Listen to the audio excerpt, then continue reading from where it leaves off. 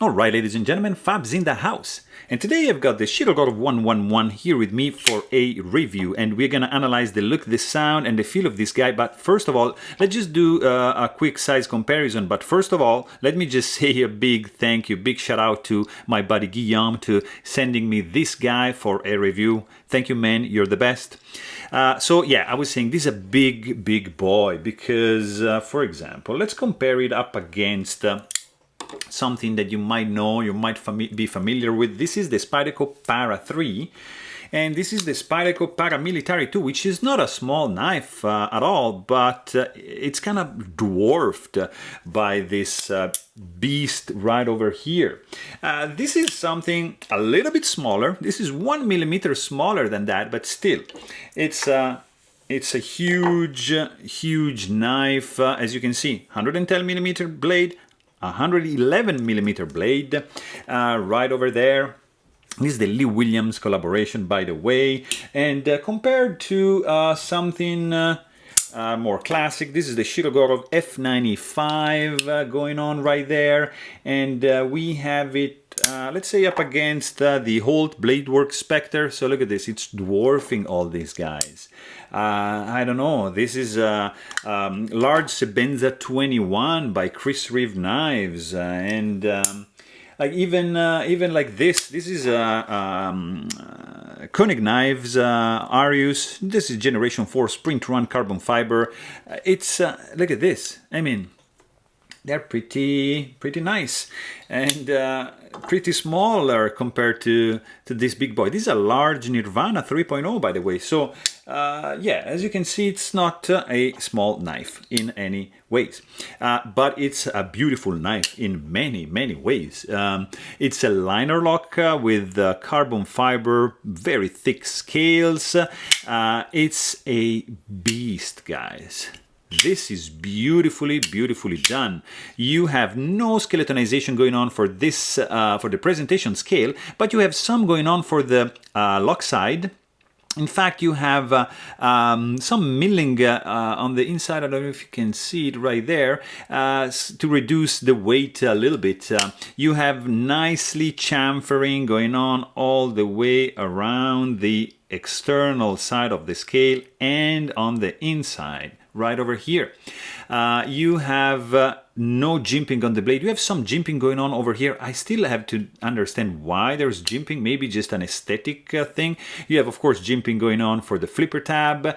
You have a huge and long backspacer, 3D mill titanium, stone washed with the integrated lanyard hole right over there. Look at this. Backspacer is infinite.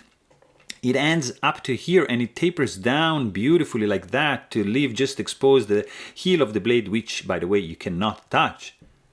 How cool is this, guys? So nice. You have a beautiful cutout here for the lock release. Which is working perfectly. There's some jimping going on over here. You have MRBS logo engraved into the lock bar right over here. Very cool. Guys, the action is insane, but we're gonna talk about this later. You have the classic Shirogorov screws, which are proprietary. You're gonna need a special tool in order for you not to mar these screws over here. But you can use like some they suggest like a small, like a dime, like a some soft metal coin. But if you buy this one, maybe you can afford the Shiro tool, I guess. Or you can just be careful and do and use a flathead screwdriver, but just be really careful. When you disassemble this guy, you're gonna notice that you have loose bearings. So just be extra careful in that case in order for you not to lose anything. Pocket clip, titanium, stone washed, 3D milled. Pretty strong tension. It's sitting on a kind of like a milled out area in order for you to facilitate sliding in your pocket underneath it. Tip-up carry only, it's not reversible, it's gonna stay here. The blade, it's huge. It's 4.25 inch long, or 111 millimeter. It's a beautiful, beautiful M390, almost full flat grind blade. Look at this line going on. There's no jimping, absolutely clean up here. Belly 30%, 35%, and straight edge up to the plunge grind right over here where you meet the sharpening choil, and you see this chamfering going on over here. Oh my god, this is just gorgeous, guys. Look at this, how nicely done this is. And also you see like how you don't see the bearings, because yeah, they're protected right over here. Maybe you see that they are protected. I mean, you don't see them. That's the point. So it's beautiful. Edge symmetry, fantastic. Edge profile, yeah, spot on. I like this fuller kind of thing going on over here. You can use it also like that to do like your thumb flick or spidey flick. You can use like as a nail nick. You can use the flipper tab. I mean, guys, what more do you want from a pocket sword? Listen to the sound, please. You have to understand that this is loud and it's a sharp blast, and it's not scary, but kind of. It's the only Shiro that is making this sound, because not because it's big, because this is the Lee Williams and this is the sound this guy makes.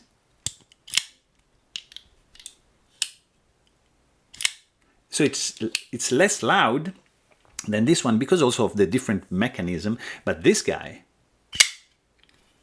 oh man, you hear the whoosh of the bearings rubbing up against the liners, and you hear the whipping of the blade, which is a great sound. I also love how muffled it is when you close it. It's beautiful, guys. I love it.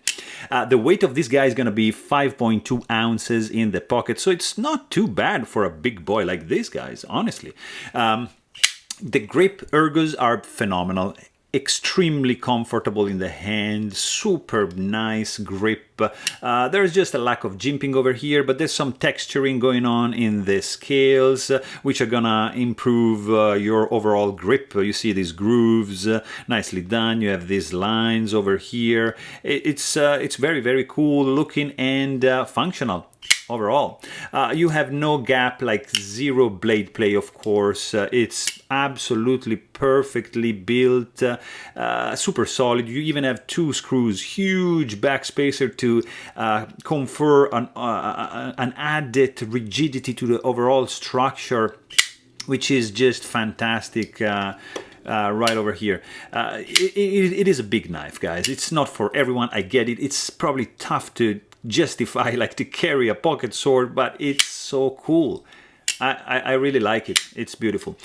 Deployment speed is super fast for a blade like this. There's no finger sore, of course, because of the design of the flipper tab. You can do, you see, it's not like rounded off completely. It's more like a kind of like a squarey thing, but you're not gonna push like this way here. You're gonna push this way as a push button, like, you know, like this, and it's gonna be beautiful. Or you're gonna light switch like from this side, taking advantage of the jimping going on. In both cases, you're gonna deploy the blade like fast, guys. This is fast and smooth and fantastic.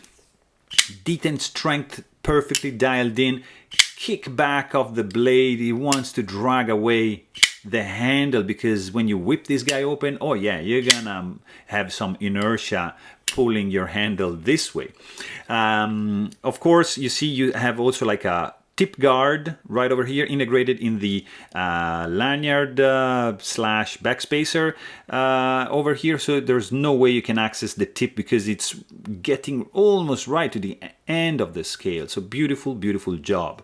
Of course, this guy is running on multi-row bearings, just to give a beautiful free fall and guillotine effect and smooth gliding action all the way. Like, guys, look at this. It's pretty hard to do with the camera, but you get the idea of how smooth this guy is. It's cool looking, the sound it makes is just unique, awesome ergos, action is one of the best and most violent of the Shiro lineup. It's beautiful. Only thing is a little bit big, and I get it, it's not for everyone. But hey, I hope you guys enjoyed this video. Thanks for watching and stay tuned.